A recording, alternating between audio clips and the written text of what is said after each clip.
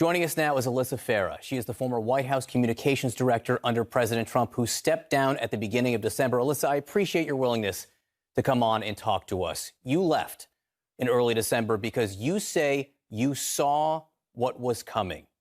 What did you fear?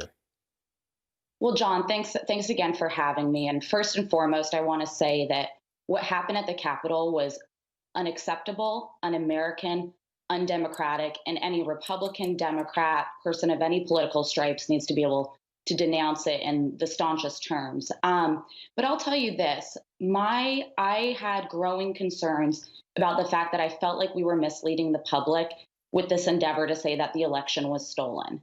There began with being legitimate questions about fraud, about irregularities. This happens with most national elections, and obviously when you're doing significant mail-in voting.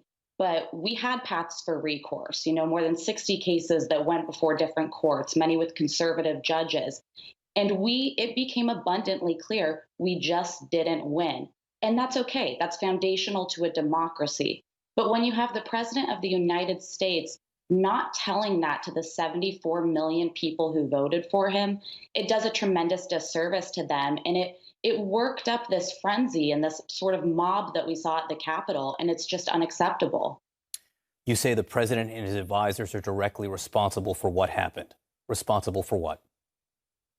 Well, first, responsible for inciting this violence and this attack on such a symbolic part of our democracy, the United States Capitol. I mean, I served in the Capitol for the better portion of a decade. I walked those halls.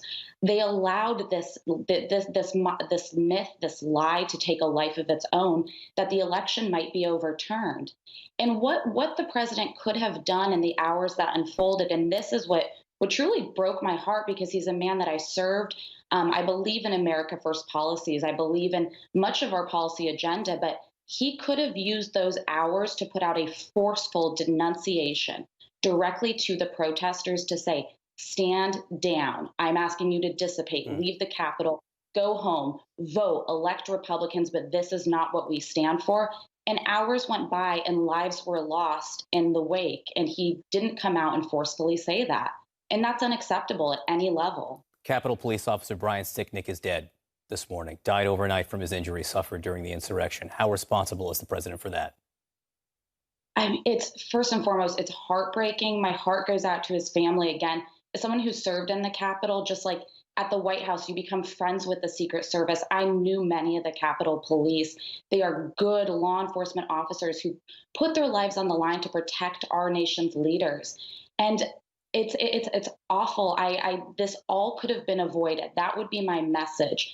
But the other message I want to make sure that the American people understand, and like I said, the 74 million people who supported this president, we lost, but that is okay. Vote, get out and vote for Republicans if that's what you believe in. We can stand by the policies, but at this point, we cannot stand by the man. When the moment called for leadership, he did not do the right thing, and lives were lost because of it. Can I just ask you to be declarative about this? Will you say that the president of the United States, Donald J. Trump, lied to the American people? He did on the election, and people around him know better. We know that the results were not going to be overturned. We knew that it was a stunt to carry this on for days longer. And I have to commend my former boss, Vice President Pence, who is a man of conviction and just the highest level of integrity. He did what his constitutional duty was. He wasn't going to rewrite the Constitution to get the outcome that he wanted. So, Alyssa, you quit the first week of December because you say it was then that you began to realize what might happen. And you do know that there are those asking this morning, what took you so long?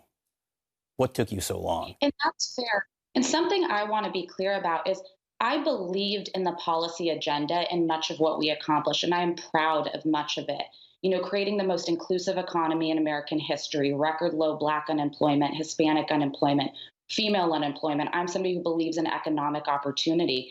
And I was willing to serve. And I also believe anytime you're asked to serve your nation, you should seriously consider saying yes. But when I lost I knew I couldn't influence outcomes when this runaway train of the election was stolen, got wind underneath it. And that's when it was time for me to step down. I wasn't going to mislead people. People I love, people I care about were believing it. They were saying, no, Alyssa, I think he's still going to pull it off. And I would plead with people personally and privately, Like, please know he's not going to. We lost the election, and that is okay. That is what happens in a democracy. Politics is cyclical.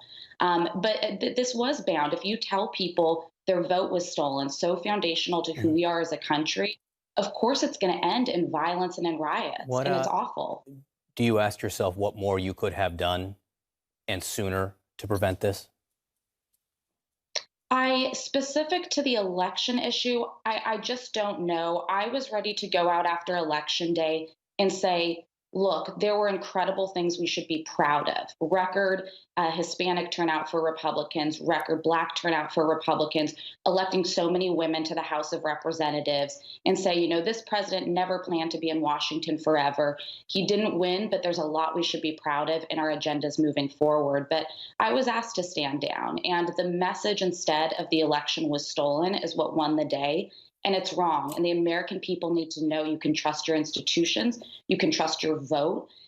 We didn't win because we just came up short, and that happens. Would you feel safer this morning if President Trump resigned?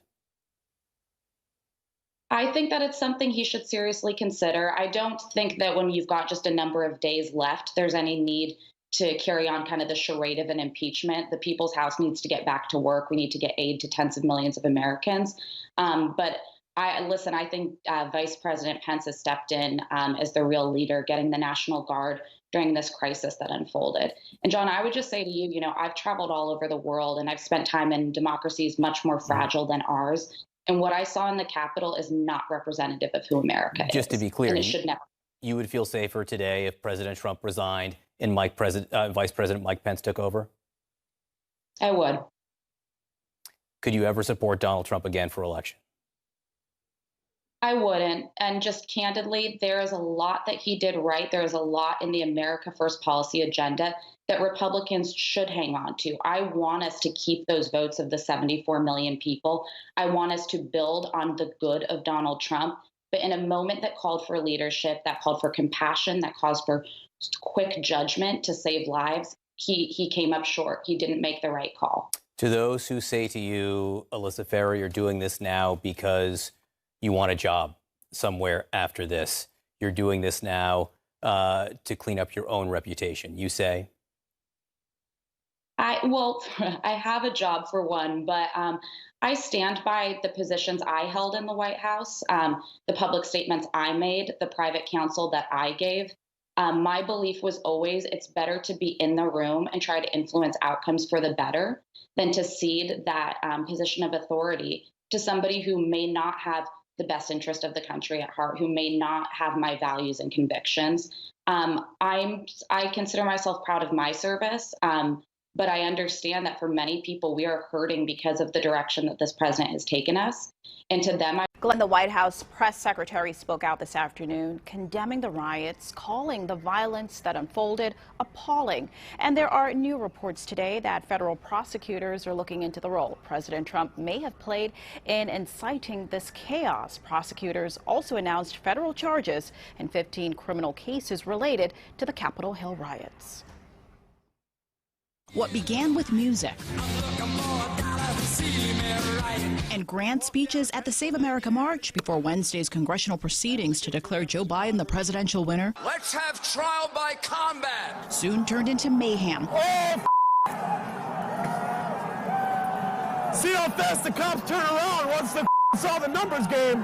After President Trump and his closest advisors urged a crowd to walk down Pennsylvania Avenue and rally to the Capitol to, quote, take back our country. A tense standoff that soon erupted into combat between Capitol Police and a pro-Trump mob that outnumbered officials. They're getting into the Capitol tonight. Those threats to storm the Capitol building quickly played out in violent clashes as officers tried to keep rioters from moving further onto the grounds. It's over! You better run, cops! You better run! What instead happened was a scene unlike any other, one of the most jarring in the country's history.